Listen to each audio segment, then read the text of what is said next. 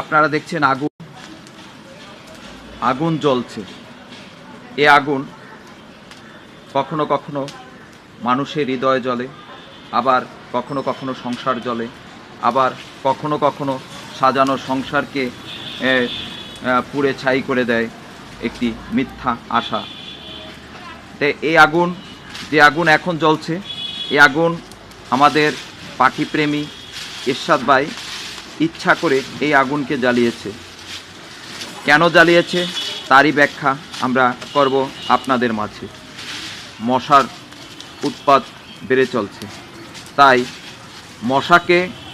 মশার হাত থেকে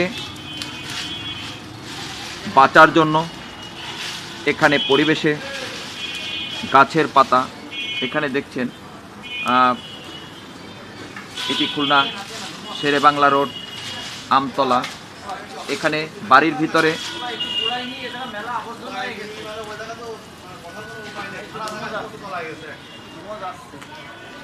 আপনারা যে গাছের পাতাগুলো দেখছেন, এই পাতাগুলো পড়ে এখানে একটি ময়লা হয়েছিল। এই ময়লা অংশটি কোথাও ফেলা শহরের ব্যাপার, তাই কোথাও ফেলা তো সম্ভব না, তাই অল্প অল্প করে এটিকে আগুনের পুড়ে এটি ছাই করে দিল এবং পরিবেশ নিয়ে সুন্দর একটি কার্যক্রম পরিচালনা করলো আমাদের এরশাদ ভাই, পাখিপ্রেমী এরশাদ ভাই। তারই সাথে তারই ভাইয়ের ছেলে সহযোগিতা করতে সৌহার্দ্য বিশ্বাস। তো আপনারা সবাই এভাবে পরিবেশকে সুন্দর করার জন্য সবাই যার যার স্থান থেকে চেষ্টা করবেন এবং তবেই সুন্দর পরিবেশ সৃষ্টি হবে। আপনার সবার শারীরিক অবস্থাও সুন্দর থাকবে। আপনারা এভাবে যার যার অবস্থান থেকে পরিবেশের কাজ করুন এবং পরিবেশকে সুন্দর করে গড়ে তুলুন।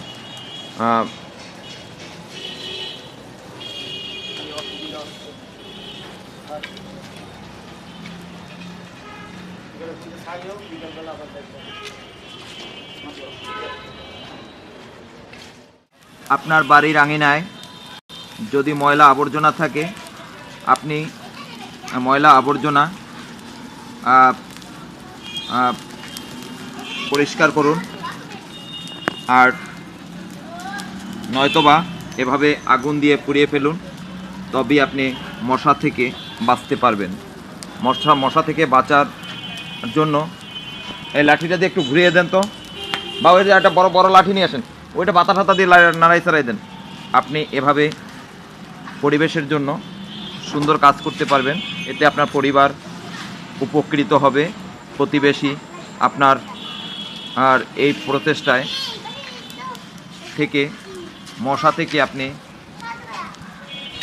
আপনি চিরমুক্তি পাবেন।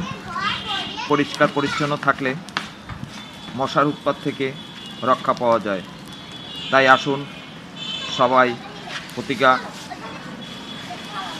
হয়ে যার যার অবস্থান থেকে পরিবেশের জন্য কাজ করি।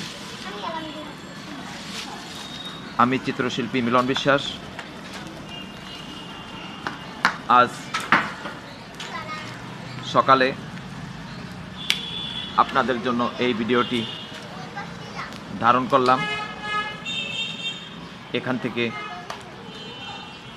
আমরা সচেতন হই, আমরা কিভাবে মশা থেকে বাঁচতে পারব এবং আমাদের মশা থেকে রক্ষা পাওয়ার কী ধরনের পরিকল্পনা গ্রহণ করতে হয়। আপনার বাড়ির আঙিনায় যে ফুলের টব, এই টবগুলোতে পানি জমে থাকলে আপনি সেই পানিকে সুন্দর পরিষ্কার পরিচ্ছন্ন করে রাখুন এবং আপনার বাড়ির আঙিনার আশেপাশে কোনো অপ্রয়োজনীয় বিষয় নোংরা থাকলে সেটি পরিষ্কার পরিচ্ছন্ন করে রাখুন, বা এমন করে আগুন দিয়ে সেই ময়লা অংশটুকু আপনি ধ্বংস করে দিন। তবেই আপনি ভালো থাকবেন, আপনার পরিবার ভালো থাকবে, আপনার প্রতিবেশী ভালো থাকবে, সব মিলিয়ে সুন্দর একটি পরিবেশ হবে। আমরা সবাই সুরক্ষা পেতে এরকম ধরনের পরিকল্পনা আমরা সবাই গ্রহণ করব, এমনই প্রত্যাশা রেখে আপনাদের কাছে এই ভিডিও থেকে আমি বিদায় নিচ্ছি। সবার সুস্বাস্থ্য মঙ্গল কামনা করছি।